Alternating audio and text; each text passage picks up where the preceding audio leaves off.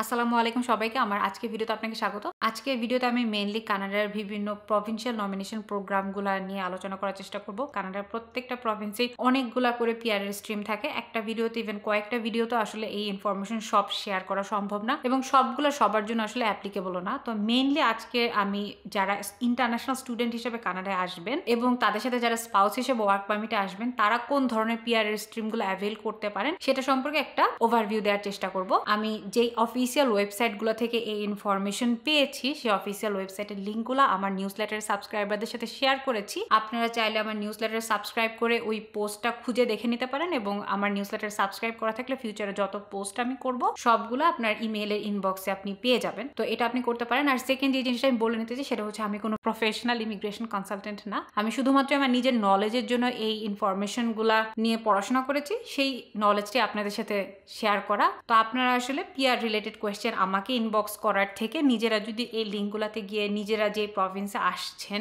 সেই প্রভিন্সের পিআরের যে রিকোয়ারমেন্ট সেগুলো সম্পর্কে যদি একটু সচেতন হতে পারেন তাহলে অনেক ধরনের এংজাইটি থেকে যেমন আপনারা বাঁচতে পারবেন, আপনারা নিজেদের পার্মানেন্ট রেসিডেন্সির পাথওয়ে সম্পর্কে একটা স্ট্র্যাটেজিও সেট করতে পারবেন বলে আমি আশা করি। তো চলেন ভিডিওটা শুরু করি।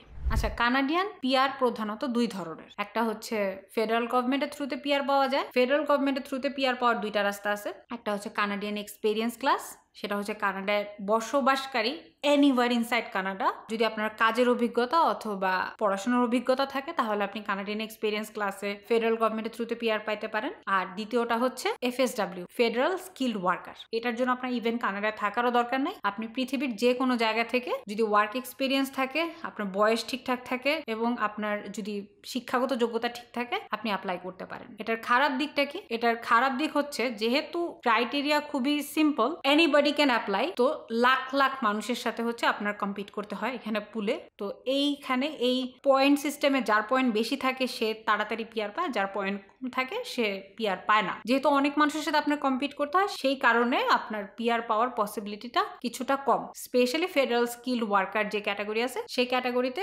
কোভিড এর পর থেকে আসলে পিআর পাওয়াটা বেশ ডিফিকাল্ট হয়ে গেছে। ইভেন কানাডিয়ান এক্সপিরিয়েন্স ক্লাসেও যেসব মানুষ আছে যারা ডিরেক্ট ফেডারেল গভর্নমেন্টের থ্রুতে পিআর পাচ্ছে তাদের জন্য ব্যাপারটা খুবই কম্পিটিটিভ হয়ে গেছে। তা এখন এই কম্পিটিশন কমানোর জন্য মানুষ এক্সক্লুসিভিটি খুঁজে। এক্সক্লুসিভিটিটা কি? সেটা হচ্ছে পিএনপি।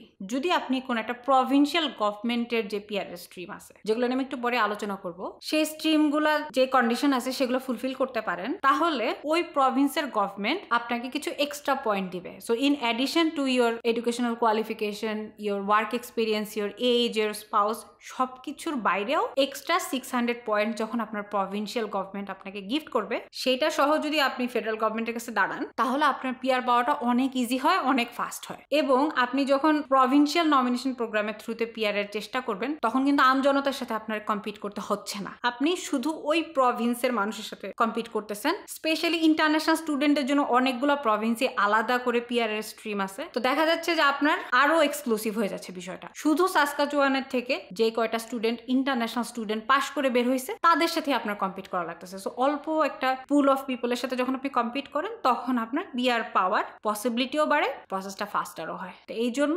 বেশিরভাগ মানুষই এখন পিএনপির দিকে ঝুঁকতেছে। আমি কানাডার প্রত্যেকটা প্রভিন্সের পিএনপির যে স্ট্রিমগুলো স্টুডেন্ট বা তাদের স্পাউসদের জন্য অ্যাপ্রোপ্রিয়েট সেগুলো নিয়ে একটু আলোচনা করার চেষ্টা করব, আশা করি আপনার কাজে লাগবে। চলেন শুরু করি।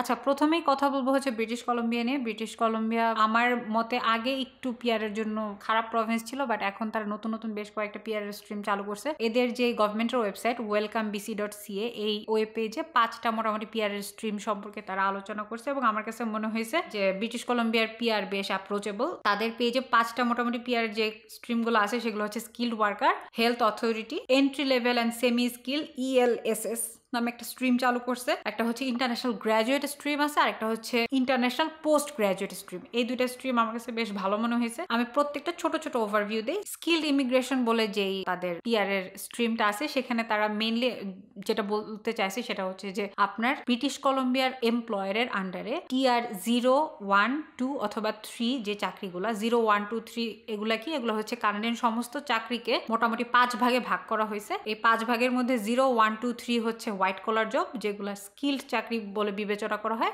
আর 4 আর 5 হচ্ছে সেমি স্কিল অথবা আনস্কিল জব, যে চাকরির জন্য লাইক বারটেন্ডার অথবা ওয়েটার এই টাইপের চাকরির জন্য যেগুলোতে আপনার অনেক বেশি শিক্ষাগত যোগ্যতা অথবা ইন জব ট্রেনিং এর দরকার নাই, সার্টিফিকেশন লাইসেন্সিং এর দরকার নেই, সেই ধরনের চাকরিকে সেমি স্কিল চাকরি বলে। স্কিল্ড ওয়ার্কার হিসেবে যদি আপনি পিআর পাইতে চান তাহলে আপনার স্কিল্ড চাকরি থাকা লাগবে। এক্সাম্পল দিলে আমি বলতে পারি যে ব্যাংকে যেমন আমি হচ্ছে ইনভেস্টমেন্ট স্পেশালিস্ট হিসেবে কাজ করছি, অনেক ফাইন্যান্সিয়াল অ্যাডভাইজার হিসেবে কাজ করে, এগুলো হচ্ছে স্কিল্ড চাকরি। আর ব্যাংকের একদম এন্ট্রি লেভেলের পজিশন যেমন কাস্টমার সার্ভিস রিপ্রেজেন্টেটিভ, এগুলো হচ্ছে semi skilled or unskilled job. তো আপনি স্কিল্ড ওয়ার্কার হিসেবে পিআর পাইতে চাইলে আপনার এই ধরনের চাকরিগুলো থাকা লাগবে, স্কিল্ড চাকরি। এবং এই চাকরি 2 বছরের অভিজ্ঞতা তারা চাইছে, এটা আমাদের সময় 1 বছরের ছিল। তারা একটা নির্দিষ্ট বেতনের আন্ডারে আপনাকে থাকতে হবে, মানে খুব সস্তা টাইপের চাকরি করলে হবে না। মার্কেটে যেটা আপনার চাকরির প্রচলিত বেতন সেই বেতনটা আপনার পাওয়া লাগবে এবং কিছু ব্যাংক স্টেটমেন্ট, কিছু ল্যাঙ্গুয়েজ অ্যাবিলিটি থাকা লাগবে, তাহলে এই পিআরটা আপনি অ্যাভেল করতে পারেন। এরপরে হচ্ছে হেলথ অথরিটি, আপনি হেলথ কেয়ার ওয়ার্কার হিসেবে কানাডায় যদি কাজ করে থাকেন তাহলে আপনাকে এই পিআর স্ট্রিমের আন্ডারে তারা পিআর দিবে। এটার জন্য আপনার কানাডিয়ান ডিগ্রি লাগবে, লাইসেন্সিং লাগবে, আমি এটা সম্পর্কে আর ডিটেইলে যাচ্ছি না। এরপরটা হচ্ছে entry level and semi skill job. এইটা অনেকের জন্য খুব লুক্রেটিভ হতে পারে, বাট আপনার সমস্ত এন্ট্রি লেভেলের জব দিয়ে কিন্তু আপনি এই পিআর স্ট্রিমটা অ্যাভেল করতে পারবেন না। নির্দিষ্ট কিছু অকুপেশন আছে, তারাই যেখানে এলিজিবল ইএলএসএস অকুপেশনস বলে দিছে, এই নির্দিষ্ট কিছু চাকরি যদি আপনি পান নির্দিষ্ট কিছু ইন্ডাস্ট্রিতে, তাহলে আপনি ইভেন এন্ট্রি লেভেলের চাকরি দিয়েও পিআর এর জন্য অ্যাপ্লাই করতে পারবেন। আপনার ওই যে স্কিল্ড ওয়ার্কার হওয়ার জন্য, প্রমোশন পাওয়ার জন্য ওয়েট করা লাগবে না। তো এটা একটু কাইন্ডলি দেখে নিতে পারেন আপনারা। এরপরটা হচ্ছে international graduate category. International graduate ক্যাটাগরির ভালো দিকটা হচ্ছে যে আপনার ব্রিটিশ কলম্বিয়া থেকেই পাস করতে হবে,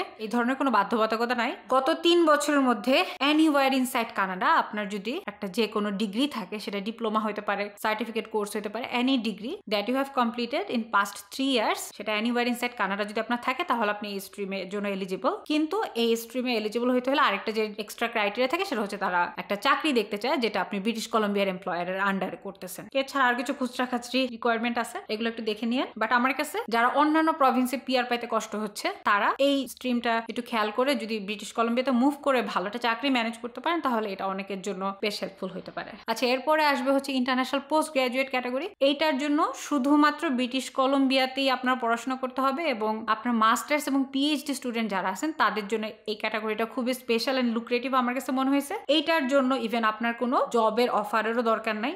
ব্রিটিশ কলম্বিয়া আগে থেকেই আমি জানি, আমি যখন ইভেন ব্যাংকেও চাকরি করতাম তখন আমি দেখতাম যে কানাডায় যারা পিআর অথবা সিটিজেন হিসেবে থাকে তাদের বাচ্চাদের পড়াশোনার জন্য ওদের অনেক ধরনের স্ট্রিম আছে, অনেক ধরনের ইনভেস্টমেন্ট আছে, অনেক ধরনের বেনিফিট আছে। তো সেম এরাও দেখলাম যে ইভেন ইন্টারন্যাশনাল স্টুডেন্টরাও যারা ভালো কোয়ালিটির ডিগ্রি নিচ্ছে তারা যেন এই প্রভিন্সেই থেকে যায় সেটার একটা চেষ্টা করা হয়েছে ইন্টারন্যাশনাল পোস্ট গ্রাজুয়েট ক্যাটাগরিতে। এটা অল্প কিছু রিকোয়ারমেন্ট ফুলফিল করলেই পিএইচডি স্টুডেন্ট অথবা যারা মাস্টার্সে পড়তে আসতেছেন তারা এই স্ট্রিমের আন্ডারে পিআর নিতে পারেন। আচ্ছা, এরপরে আরো অনেক কিছু তারা লিখে রাখছে যে কিভাবে এই প্রসেসিং গুলা করতে হবে, কোন কোন ডকুমেন্ট আপনার লাগবে, রেজিস্ট্রেশন কিভাবে করতে হবে, কত দিন এটার প্রসেসিং টাইম লাগতে পারে, অ্যাপ্লিকেশন ফি কত টাকা ব্যাংক স্টেটমেন্ট দেখাতে হবে, সমস্ত কিছু তারা লিখে দিছে এখানে। ইভেন পিডিএফ হিসেবে আপনি ডাউনলোড করতে পারবেন পিআর এর গাইড বুক গুলা। তারপরে যদি আপনার মনে হয় যে আপনার কোনো কোয়েশ্চেন আছে, আপনি এই কোয়েশ্চেন গুলার অ্যান্সার কোথাও পাচ্ছেন না, আমার যেরকম কোনো ইমিগ্রেশন কনসালটেন্ট ছিল না, তখন আমি যেটা করছি এই যে এদের ওয়েবসাইটে অনেকগুলা দেখেন ফর এনি জেনারেল এনকোয়ারিজ,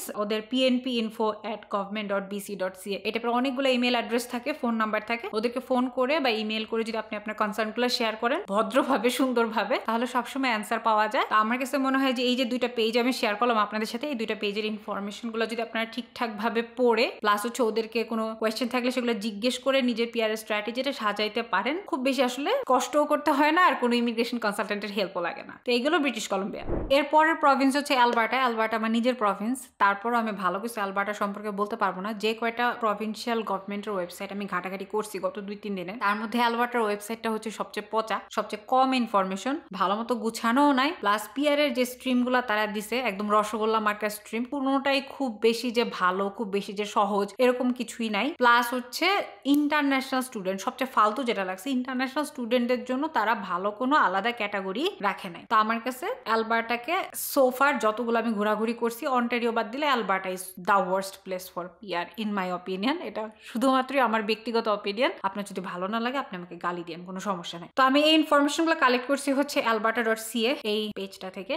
এই পেজে হচ্ছে তারা বলে দিছে পিআর এর কয়েকটা স্ট্রিম আছে। প্রথম যে স্ট্রিমের কথাটা বলবো সেটা হচ্ছে ট্যুরিজম এন্ড হসপিটালিটি, তারপর হচ্ছে অ্যালবার্টা অপরচুনিটি স্ট্রিম, তারপর হচ্ছে অ্যালবার্টা এক্সপ্রেস এন্ট্রি স্ট্রিম, আর হচ্ছে রুরাল রিনিউয়াল স্ট্রিম। এই কয়টা হচ্ছে চাকরি সম্পর্কিত স্ট্রিম যেগুলো অ্যালবার্টাতে আছে। এরপরে আরো কয়েকটা ওয়ে আছে পিআর এর, এগুলো সবই এন্টারপ্রেনিয়রদের জন্য, মানে আপনি অ্যালবার্টায় যদি বিজনেস এস্টাবলিশ করতে পারেন তাহলে আপনাকে এই পিআর গুলা দেওয়া হবে। বাট এগেন আমাকে যদি কেউ জিজ্ঞেস করে, আমি এন্টারপ্রেনিয়র স্ট্রিমের দিকে আগাইতে মানুষকে নিষেধ করব, কারণ আপনি ওয়ার্ক পারমিটে থেকে বা স্টুডেন্ট হিসেবে থেকে একটা বিজনেস এস্টাবলিশ করে পিআর এর জন্য যাওয়াটা অনেক আমার কাছে মনে হয় ডিফিকাল্ট। আপনি পিআর পাওয়ার পরে যত খুশি বিজনেসম্যান হন, তখন গভর্নমেন্টের থ্রুতে অনেক ধরনের ট্যাক্স বেনিফিট পাওয়া যায়, অনেক ধরনের হেল্প পাওয়া যায়, রিসোর্স পাওয়া যায়, যেটা নন পিআর মানুষ পায় না। যারা পিআর পাওয়ার চেষ্টা করতেছেন জবের থ্রুতে পিআর পাওয়াটাই আমার কাছে লেস রিস্কি মনে হয়, কারণ with business come a lot of investment as well. আপনি যদি পিআর না পান আপনার সবকিছু ছেড়ে চলে যেতে হবে। সো অ্যালবার্টার ওই এন্টারপ্রেনিয়রের দিকে আমি তাকাইলামই না,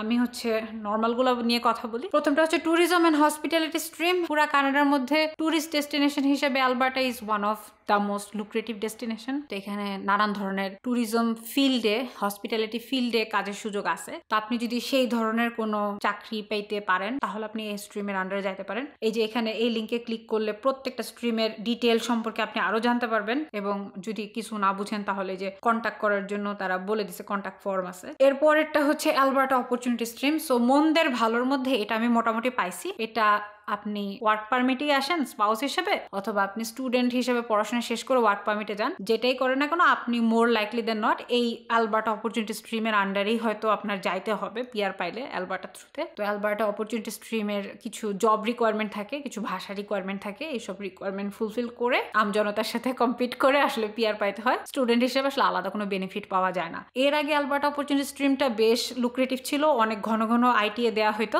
ইদানিং আমি শুনতেছি এটা নাকি আগের মতো আসলে অনেক বেশি মানুষ নিচ্ছে না। এর মূল কারণটা হচ্ছে অ্যালবার্টা ইন্টারনাল ইমিগ্রেশন অনেক হয়। অ্যালবার্টাতে জমির দাম কম, বাড়ির দাম কম, ট্যাক্স কম। তো দেখা যাচ্ছে অন্যান্য প্রভিন্স থেকেও আমার মতো মানুষজন অ্যালবার্টায় এসে বসবাস শুরু করে দিছে। তো যে কারণে আসলে ওদের নতুন ইন্টারন্যাশনাল ইমিগ্রেন্টের দরকারটা কিছুটা কমে গেছে দেখে হয়তো এই স্ট্রিমের আন্ডারে আগের মতো পিআর আর খুব বেশি দেওয়া হচ্ছে না। আচ্ছা, এরপরে আসতেছে অ্যালবার্টা এক্সপ্রেস এন্ট্রি স্ট্রিম। এটাও very similar to the previous one. আপনার যদি এক্সপ্রেস এন্ট্রিতে একটা প্রোফাইল খোলা থাকে এবং এই স্ট্রিমের কিছু রিকোয়ারমেন্ট আছে স্পেশালি হেলথ কেয়ার প্রফেশনালদের জন্য, সেই রিকোয়ারমেন্ট গুলো যদি আপনি ফুলফিল করেন তাহলে অ্যালবার্টা গভর্নমেন্ট আপনাকে ওই যে 600 পয়েন্টের কথা বলছিলাম সেটা গিফট করবে, তাহলে আপনার পিআর পাওয়াটা একটু সহজ হবে। রুরাল রিনিউয়াল স্ট্রিম নিয়ে আমি খুব বেশি পড়াশোনা করি নাই, এটা আমি খুব ভালো বুঝিও নাই। এটা আপনার চাইলে একটু গিয়ে এই লিঙ্কে পড়াশোনা করে দেখে আসতে পারেন, আদারওয়াইজ এটা নিয়ে আমি খুব বেশি কথা বলতেছি না। আর এরপরে এন্টারপ্রেনিয়র স্ট্রিম আছে, এগুলো নিয়ে আমি তো একটু আগেই বললাম যে আমার কাছে বেশি রিস্কি মনে হয়, কারণ এখানে আপনার লাখ লাখ ডলার ইনভেস্ট করার মতো টাকাও সবার থাকবে না। আর সেই টাকা থাকলেই বা আপনি কেন একটা বিজনেস ইনভেস্ট করবেন যদি ওই দেশে থাকবেন কি থাকবে না সেই নিশ্চয়তা আপনার না থাকে। তো এই হচ্ছে মোটামুটি অ্যালবার্টা, খুব বেশি কিছু বলার নাই, ইভেন ওয়েবসাইটটাও খুব বেশি ভালো না। পরের প্রভিন্সে যাই, সেটা হচ্ছে সাসকাচুয়ান। সেটা আমার কাছে মনে হয়েছে পিআর এর জন্য one of the best place. সাসকাচুয়ানের যে ওয়েবসাইটটা আছে এসআইএনপির ওয়েবসাইট, এটা এগেন অ্যালবার্টার মতো না, বেশ সুন্দর গোছানো এবং খুবই ইনফরমেটিভ একটা website. Saskatchewan is one of the last provinces in Canada যেখানে এখন পর্যন্ত আপনি বাংলাদেশ থেকে পিআর হয়ে ল্যান্ড করতে পারবেন। পিআর এর জন্য বেশ অনেকগুলো স্ট্রিম আছে, তবে আমাকে আসলে এই রিলেটেড ইনফরমেশন জিজ্ঞেস না করে আপনারা কাইন্ডলি নিজেরা একটু ওয়েবসাইটে গিয়ে এসআইএনপি রিলেটেড ইনফরমেশনগুলো দেখে নেবেন। অনেক ধরনের পিআর স্ট্রিম আছে, সবগুলো আমার আসলে একটা ভিডিওতে কভার করা সম্ভব না, আমি আপনাকে জাস্ট দেখা দিচ্ছি যে কোথা থেকে এই ইনফরমেশনগুলো আপনি নিতে পারেন। যেমন এখানে এসআইএনপির ওয়েবসাইট আছে saskatchewan.ca, how to apply to এসআইএনপি। এখানে এই পেজটাতে আসবেন, ওভারভিউ দিছে মোটামুটি একটা, বেনিফিট সম্পর্কে আমার জানার দরকার নাই, প্রোগ্রাম ক্যাটাগরিতে যাইতে হয়। And then international skill worker, এই যে ক্যাটাগরিটা আছে এসআইএনপির আন্ডারে, সেখানে যদি আপনি যান তাহলে আপনি দেখবেন অনেকগুলো স্ট্রিম আছে, connecting family members to Saskatchewan's labour market, তারপর ইন্টারন্যাশনাল হেলথ ওয়ার্কার, আপনি যদি ইভেন ফরেন ট্রেন্ড হেলথ ওয়ার্কারও হন সেটাতে আপনি আসতে পারবেন, occupation restriction and requirement, international skill worker, EOI system, agriculture talent pathway, health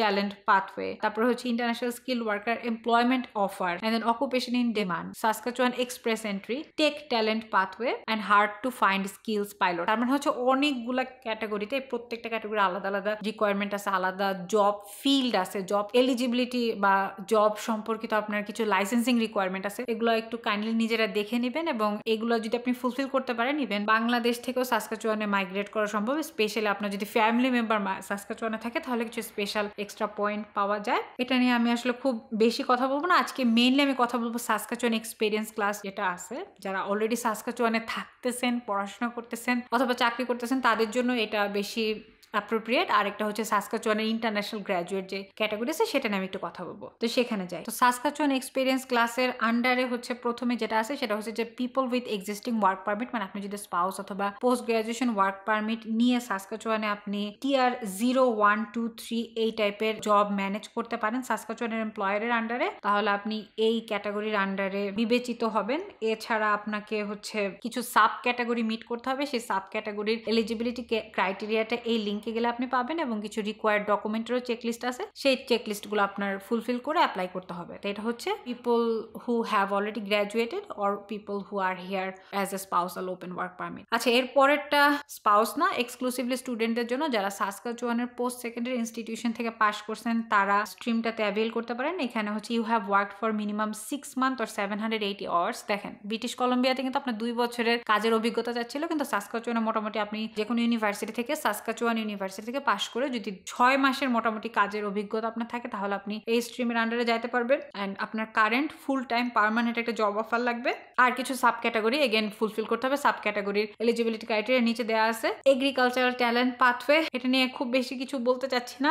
SINP approved job offer in Saskatchewan meet the criteria of the subcategory intend to reside in Saskatchewan as a permanent resident. All nominees of temporary work permits must reside in Saskatchewan. So এটা agricultural ফিল্ডের agricultural related চাকরিগুলো যদি আপনি থাকে তাহলে আপনি এই sub ক্যাটাগরির আন্ডারে যাইতে পারেন। এটা এগেন একটু এক্সক্লুসিভ ক্যাটাগরি, সো আপনি যদি এই ক্যাটাগরিতে এলিজিবল হন তাহলে আমজনতার সাথে কম্পিট করতে হয় না। হেলথ ট্যালেন্ট প্যাথওয়েটাও এরকমই সিমিলার, আপনার ওয়ার্ক পারমিট থাকতে হবে বাট আপনার চাকরিটা হইতে হবে হেলথ সেক্টরে। টেক ট্যালেন্ট সিমিলার, আপনার ওয়ার্ক পারমিট থাকতে হবে এবং আপনি টেক জব নিয়ে যদি সাসকাচুয়ানে থাকার ইচ্ছা পোষণ করেন তাহলে আপনি এই ক্রাইটেরিয়ার আন্ডারে সাসকাচুয়ানের PR এর পাথওয়েগুলো এক্সপ্লোর করতে পারেন। এই হচ্ছে মোটামুটি রিকোয়ারমেন্ট।